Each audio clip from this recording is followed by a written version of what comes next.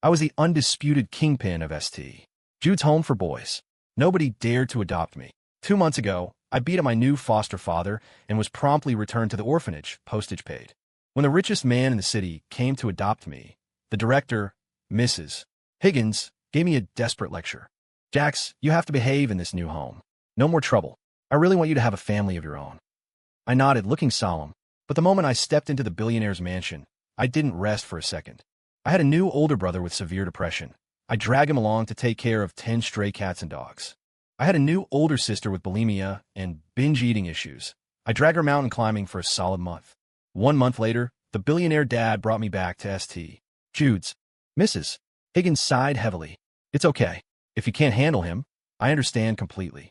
But to her shock, the billionaire grabbed her hands, shaking them with excitement. I came to thank you. Thank you for giving me such a great son. I was currently squatting on a branch of the old crooked oak tree in the courtyard.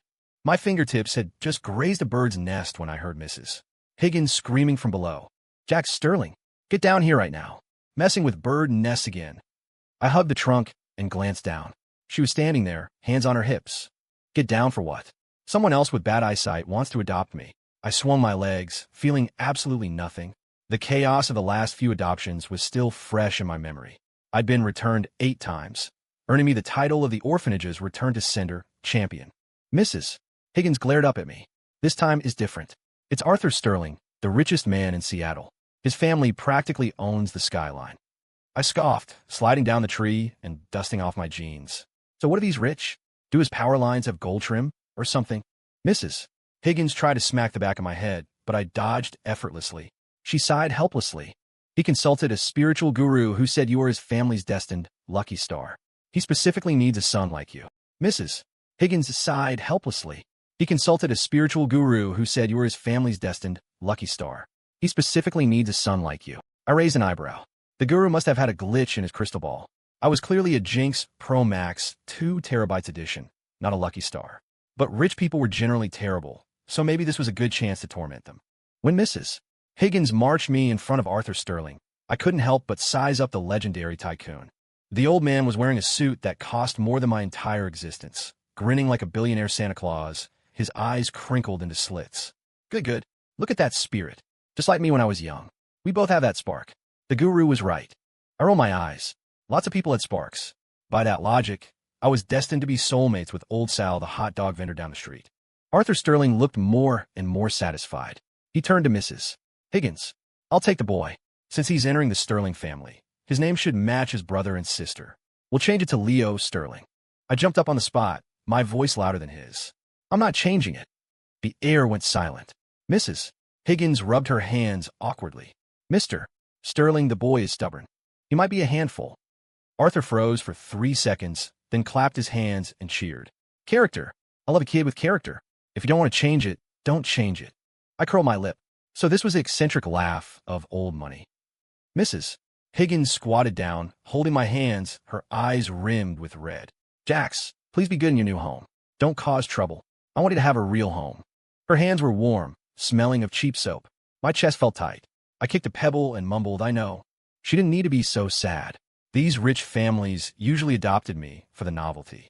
Once the newness wore off, I'd be shipped back to ST. Jude's anyway. Arthur smiled and patted my shoulder. Let's go, Jax. Come home with Dad.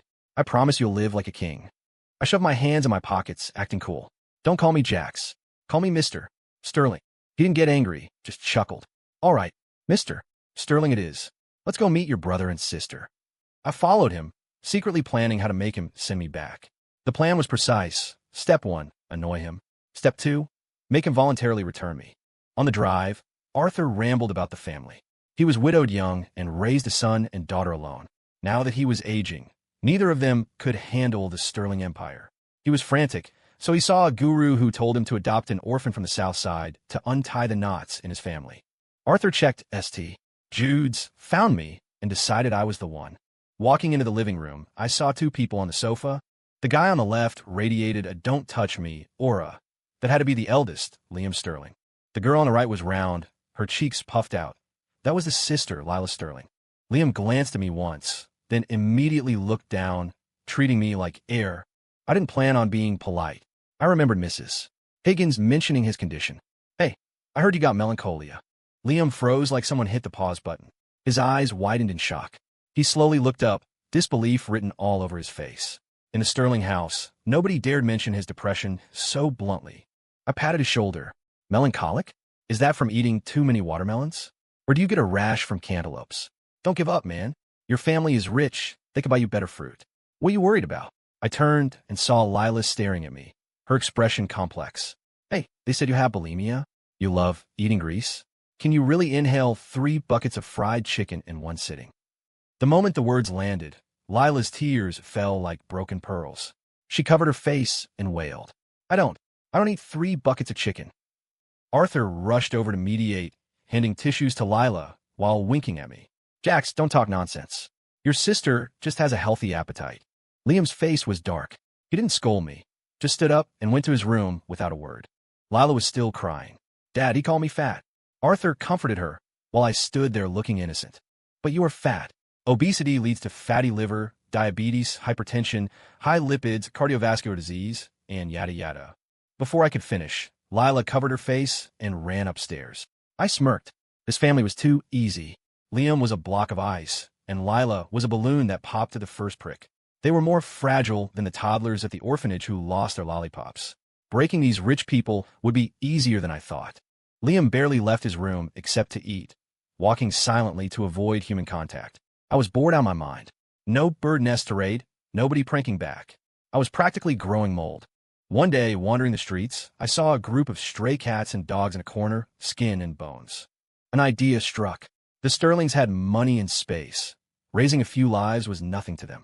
I rolled in my sleeves and adopted every stray I could find. 10 of them. 3 cats, 5 dogs, and 2 hedgehogs, not counting the ticks on them. When Liam came out for water that night, he walked into a zoo. Cats and dogs were running wild. Hedgehogs were under the sofa, and fur was flying everywhere. His face went pitch black. The vein in his forehead pulsed. He stared at me, looking like he wanted to skin me alive. I stared back, tough as nails. What are you looking at? I picked them up. I'll take care of them. Just don't hurt them. He pressed his lips together, frowning so hard he could crush a walnut, but eventually said nothing and turned back to his room. For the next few days, I was busy feeding and cleaning. Liam would silently pass by. Once, a kitten grabbed his pant leg. He just looked away and pretended not to notice. Until one morning, I'd stayed up late watching animal care videos and overslept. I woke up to strange noises in the living room. I rushed down and froze. Liam was crouching on the floor, hands pressing on the belly of a large, orange tabby cat. He was sweating, looking terrified. There was a pool of blood under the cat. Liam, what are you doing? I shouted, rushing to push him away. Just because you have melancholic doesn't mean you can take it out on the cat. Animal abuse is bad karma. He didn't stop, speaking urgently without looking up. Shut up. She's giving birth. It's a difficult labor. I froze. Looking closer, I saw the tabby curling up in pain, a tiny claw visible. Liam's movements looked rough, but were actually incredibly gentle, stroking the cat's spine, his voice barely a whisper. Don't be afraid. Push a little harder. I dropped the attitude and squatted down to help hand him towels and catch the kittens. After 2 grueling hours, the tabby finally delivered 3 kittens and collapsed, panting. Liam slumped onto the carpet, hair messy, shirt stained with blood and fur. He didn't look disgusted at all. Instead, he reached out and gently stroked the tabby's head. The cat seemed to understand, rubbing against his hand before curling up against his leg, completely trusting. From that moment on, Liam's attitude toward the animals changed. He stopped avoiding them. Every morning, he'd fill the food bowls and change the water, even squatting down to watch them play. Once I caught him talking to the tabby, his voice unnervingly soft. Did you not eat much today? Does your stomach hurt? I leaned in to tease him. What? Did the cat steal your tongue? His ears turned red. He avoided my gaze and muttered. They're just pitiful. The guy seemed cold, but he was soft inside. He was more attentive to the animals than anyone. The gloom in Liam's eyes faded day by day. Occasionally, a kitten would do something stupid, and he'd actually smile. On the other hand, my sister Lila was still a crying mess. She was a total love brain. She'd eaten herself into this state over a guy named Brad, a bleach blonde loser. Rumor had it Brad made a bet with friends, telling Lila he liked chubby girls because they were cute. She believed him and ate her way from slim to round. Then she caught Brad hugging a girl with an hourglass figure, telling his friends, that's what a man calls curves. Lila is just greasy fat, like a pig. Lila went home in a rage, ate 3 chocolate cakes, and her weight spiraled out of control. One day, I walked past her room and saw her hunched over her desk. Her phone screen was a wall of green, outgoing messages. 10 texts, 9 from her, and a transfer receipt. I leaned over to read her essay. Brad, is this enough money? If not, I can send more. Just tell me what you need. I'll lose weight. Please give me another chance, okay? I rolled my eyes and tapped her shoulder. That's a long novel. Did he pay you the royalties yet? Lila looked at me with resentment, eyes red and puffy. Do you think he and I took a deep breath and sat on a chair. It's a wreck. A total check bounce. Penal Code Section 234, intentional injury to my eyes. You two are idiots pairing up, precise poverty alleviation. A biological paradox, making Darwin cry. A toad would look at him and get drunk. He wouldn't even qualify to be roadkill. Nauseating. Capital offense. 2 people on the roof, 1 monster in the sewer. You're blind and he's trash. It's making me exhausted just watching. You two should bow down and apologize to me and pay my medical bills. I stared at the transfer record. This girl was so love-struck, she was practically brain-dead, happily being a walking ATM. Despite living in a mansion, she was starved for affection. Her mom died early. Arthur was always working. Nobody noticed when she got played by a scumbag. To Lila, money meant nothing. She just wanted someone to care. Brad's fake affection had hooked her deep, but she liked the animals I brought home. I had an idea. I leaned in. I found a bunch of stray cats on a mountain outside the city. There are newborn kittens, rounder and cuter than the ones here, but nobody's taking care of them. It's tragic. Lila's eyes lit up. She grabbed my hand. Really? Let's go see them. I'll bring food. I nodded, hiding a smirk. The next morning, I dragged Lila up the mountain. We barely made it 200 yards before she was clutching a tree, gasping for air, face beet red. I can't do it. Let's go back. We'll see the kittens next time. I stopped and sighed dramatically. Fine, go back. I'm going to find them. Think about the mother cat, crossing the highway to find food for her babies, maybe getting hit by a car. The kittens starving. I watched her face. Her eyes reddened immediately. She bit her lip and clenched her fist. No, we have to find the kittens. She wiped her eyes and kept climbing. At first, she rested every 2 steps, wheezing like a broken accordion, chanting, "Kittens, wait for me." But gradually, she got stronger. She still panted, but she never mentioned quitting. I cheered her on. Look at that bush ahead. I think I saw a tail. She'd light up and charge forward. We climbed for half a month. Lila never suspected a thing. Every morning, she woke me up. Jax, get up. We have to feed the kittens. Feed what kittens? I was carrying 40 cans of tuna up a mountain for nothing. Not a single cat was ever there. But we climbed rain or shine. From dying halfway up, she eventually could hike to the summit without stopping. Lila's stamina skyrocketed. The fat on her face melted away, her waist appeared, and she visibly shrank. 1 month later, Lila stood in front of the mirror and screamed, "Jax, look, I am Finn. I'm back to my old self." Her baby fat was gone. Her jawline was sharp. Her skin, tanned from the sun, glowed with health. She looked nothing like the pale, round girl from before. Once she slimmed down, Lila's suitors started popping up like mushrooms after rain. She was overwhelmed at first, but slowly gained confidence. She was no longer the pathetic girl revolving around Brad. That's right. You need to be the main character now. Don't orbit around trash. Guys like Brad. The more you ignore them, the more they chase you. Lila nodded. Sure enough, a few days later, Brad showed up. He probably heard Lila was hot again and came to simp. He texted her nonstop. Lila, I was wrong. I still love you. Let's get dinner this weekend. I'll make it up to you. I picked up the necklace Brad sent. Copper-plated with silver. This isn't even worth as much as the dog collar. In the past, Lila would have melted. This time, she blocked Brad's number and returned the necklace unopened. She told me about it with steel in her eyes. Jax, you were right. He doesn't deserve me. I deserve better. Seeing her completely awake was satisfying. That month of hiking was worth it. But just as Lila improved, Liam got suspicious. That night, watching Lila and me laughing, he suddenly asked, "You guys go up the mountain looking for cats every day for a month. Where are the cats? Why haven't you brought one back?" Lila blinked and said self-righteously, "Don't worry about pretty girl business." Liam raised an eyebrow, but didn't push it. Arthur was ecstatic about the changes in the house. He bragged to everyone. "I told you the guru was right. Jax is our lucky star. Liam is opening up. Lila is confident. This house finally feels alive."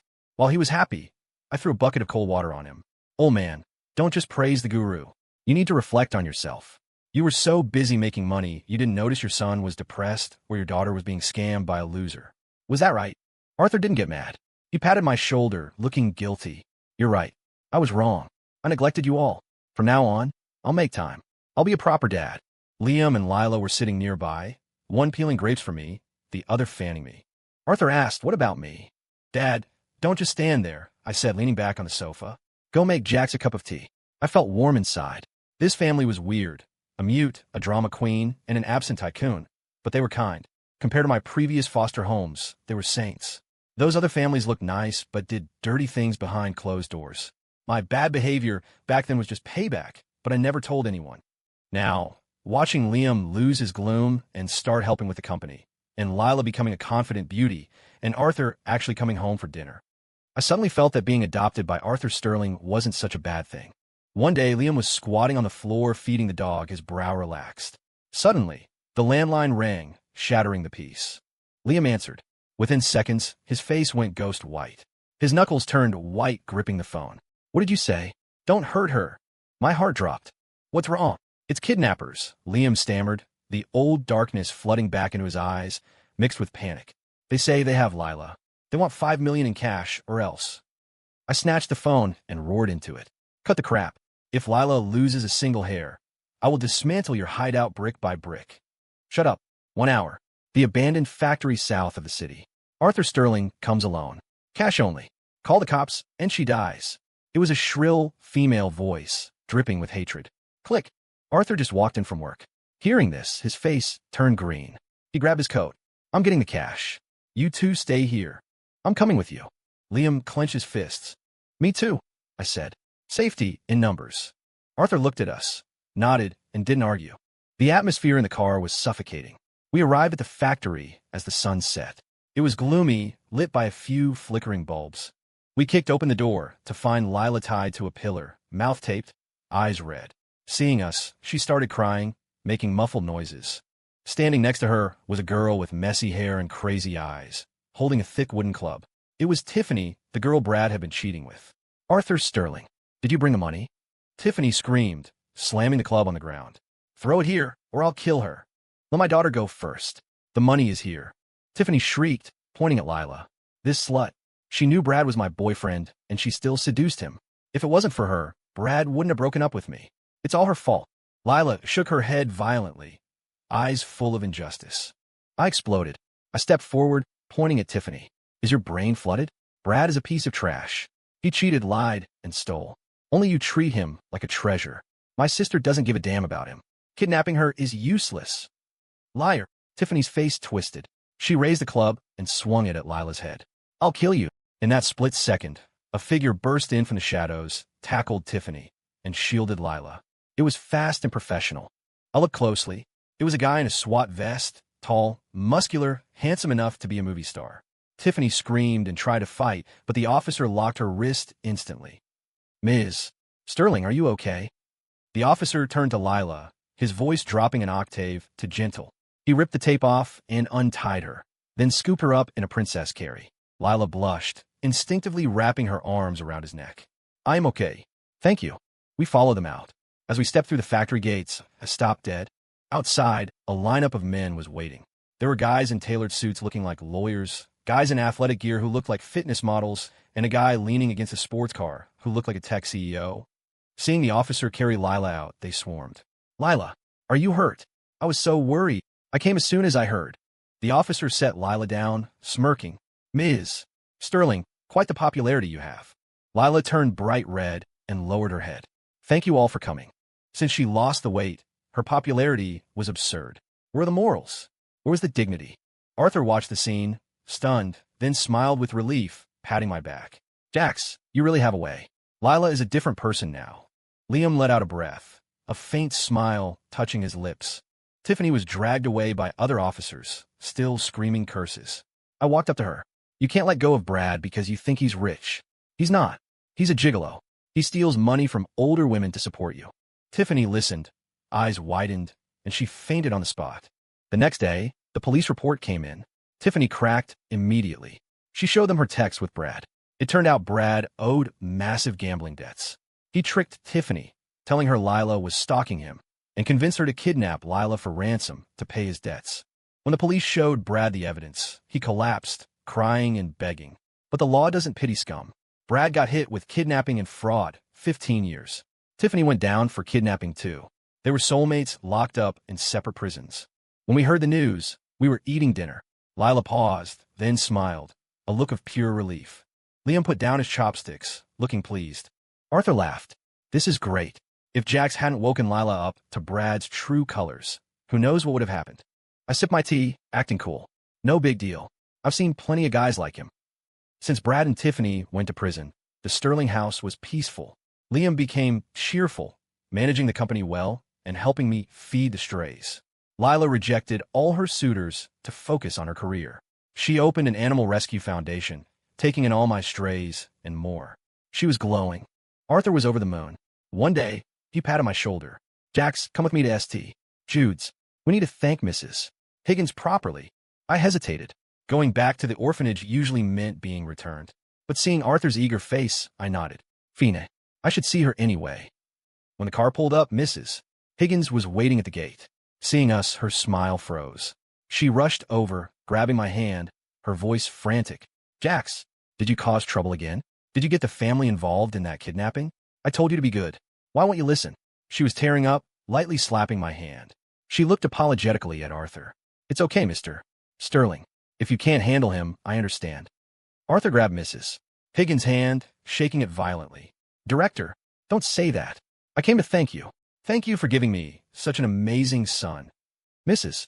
Higgins blinked, totally lost. Mr. Sterling, what do you mean?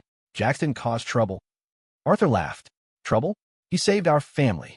You don't know. Arthur continued, beaming. Liam was so depressed he wouldn't leave his room. Jax got into care for animals, and now Liam is running the company. Lila was being scammed by a loser. Jax got her to climb mountains and find her confidence. Now, she's running a foundation. Jax is the Sterling family's lucky charm. Mrs. Higgins stood there, jaw dropped, looking at me in disbelief. You winks ahead. Back at St. Jude's, it was the demon child. Now, someone finally saw me as a blessing. Mrs. Higgins, I didn't cause trouble. I'm a good boy now. Arthur patted his chest. Don't worry, Director. Jax lives like a king. We all love him. He is a true Sterling. If anyone says a bad word about him, they answer to me. Mrs. Higgins looked at me, then at Arthur, and tears spilled over. Happy tears this time. She held our hands. Good, good. Seeing you have a real home. I can rest easy. Jax, be good to Mr. Sterling. Be good to your brother and sister. I know. I nodded. I used to think I was unwanted. A jinx. Now I realized I could be a lucky star. Arthur handed over gifts and a massive check. A small token. Thank you for raising him. Anything St. Jude's needs, you call me. Leaving the orphanage, Arthur was still buzzing, talking about building new wings for the orphanage and funding Lila's shelters. I leaned against the window, listening to his rambling, feeling warm. Liam, sitting in the passenger seat, turned and smiled at me. Mrs. Higgins was definitely surprised. She always worried nobody could handle you. Lila leaned in. Right? Who dares call our Jax a demon now? He's our lucky charm. I smirked, about to make a snarky comeback, but a thought hit me. I cleared my throat and looked at Arthur driving. Hey, old man. What is it, Jax? You want something? Just ask Dad. I scratched my head, looking out the window, my voice quiet. I mean, when are we going to the courthouse? Arthur looked confused. Courthouse? What for? To change my name. Arthur looked blank. Change your name? You were so against it. Why the change of heart? I pointed at myself, then at Liam and Lila. You adopted me. You're my dad. But calling me Jax while they are Liam and Lila, it doesn't match the set, does it? I stared at him, suddenly nervous. I had rejected his offer so harshly before. Would he think I was fickle? Arthur froze. His hands tightened on the steering wheel for 3 seconds. Then, his face split into a blinding grin. He reached back and slapped my knee excitedly. Change it. We change it. First thing tomorrow morning. The Sterling L generation must be complete.